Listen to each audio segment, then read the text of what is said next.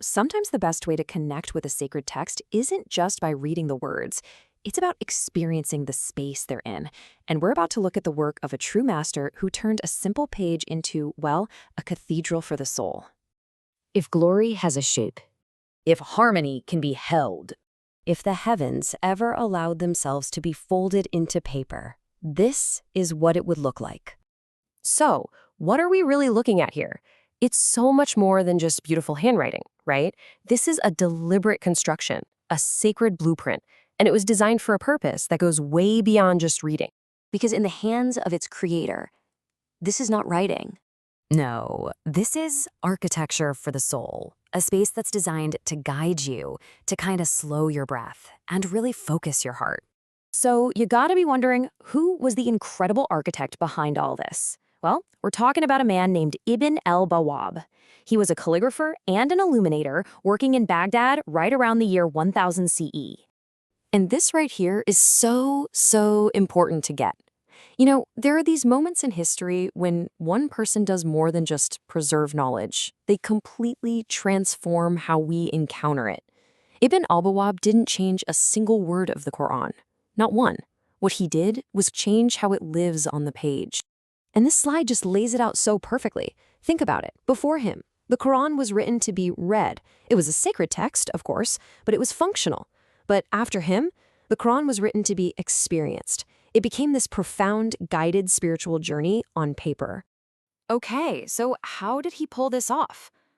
How do you actually build architecture on a page? To really get it, we need to look at his sacred blueprint and see how all the pieces fit together. It all kicks off with something we can call sacred geometry. And listen, this is the crucial part. This is not just pretty decoration to make it look fancy. No. It's a whole system that's designed to serve revelation. It disciplines the page, it brings order, and it tells your eye exactly where to go next. And a huge part of that system was his totally revolutionary use of gold. For Ibn al-Bawwab, gold was not just decoration.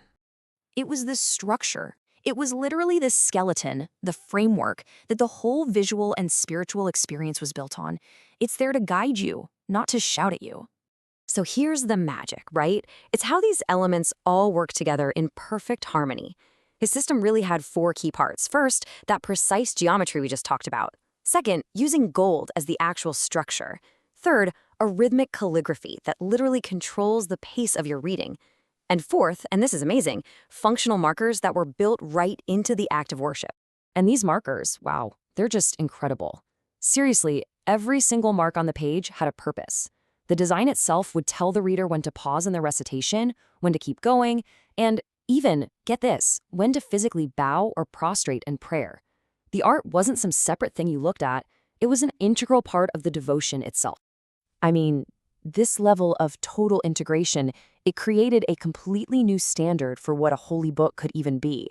He didn't just write down the text, he literally made reverence visible. And once that standard was set, there was just no going back. Any attempt to return to simple writing after this would feel like something was missing, like a real loss. Beauty was now officially in the service of revelation, and it was here to stay. He set the benchmark for centuries. And when we say that, it's so important to understand this isn't some kind of exaggeration. No, this is a visible fact, preserved for us in ink and gold. We can see it with our own eyes today in the manuscripts that have survived all this time. The proof of his genius is right there on the page. There's this quote from our source material that it sums it up so perfectly. He took devotion and gave it proportion. He took obedience and wrapped it in light. Wow. What an absolutely beautiful way to think about it, right? Giving tangible form to faith itself.